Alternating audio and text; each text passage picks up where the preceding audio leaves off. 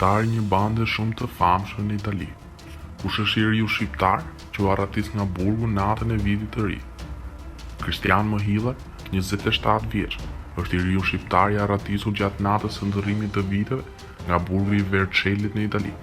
27 vjeçari është arrestuar si antar i një bande mjaft të famshme në Itali për grabitje të rënda.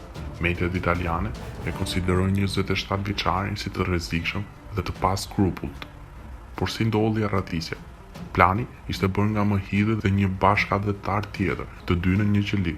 Fillimisht kanë sharruar hekurat e dritares së qelisë, më pas me çarçaf të lidhur litar, të dy kanë mundur të zbresin nga kati i katet i qelisë në murin e brendshëm të burgut, të ndihmuar nga personat e jashtëm, të cilët u kanë hedhur litar brenda murit të rrethues të burgut. Mohilla ka arritur të largohet dhe 7 tjetër është rrëzuar dhe ka thyer krahun. Ky i fundit u kap nga rojet e burgut. Kërkimet janë duke u zhvilluar në të gjithë rajonin për orë të tëra, me postobllogje të shumta për kapjen e 27 vjeçarit. Mohilla duhet të vuante dënimin e tij në Vercelli të Italisë deri në vitin 2029, bashkë me shqiptarin tjetër që nuk mundi të arratisi. Banda famkeqe me 4 antar kryente grabitje në vila në zonat Alessandria, Casalese dhe Vercelli. Të armatosur dhe të dhunshëm, kështu ishte të identifikuar fillimisht 4 antarët e kësaj bande.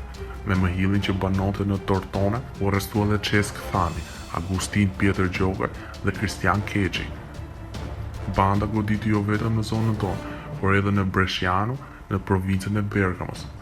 Në një rast, pronari i vitës u detyrua të binte në gjunjë dhe u rrah për vdekje për të treguar kombinimin e kasafortes.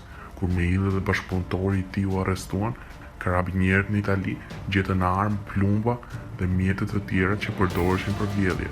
Akuzat ndaj tyre ishin për një grup kriminal me qëllim kryerjen e grabitjeve të banesave dhe armbajtje pa leje dhe sende të afta për vjedhje, marrje sendeve të vjedhura, lëndime të rënda personale e disa akuza të tjera.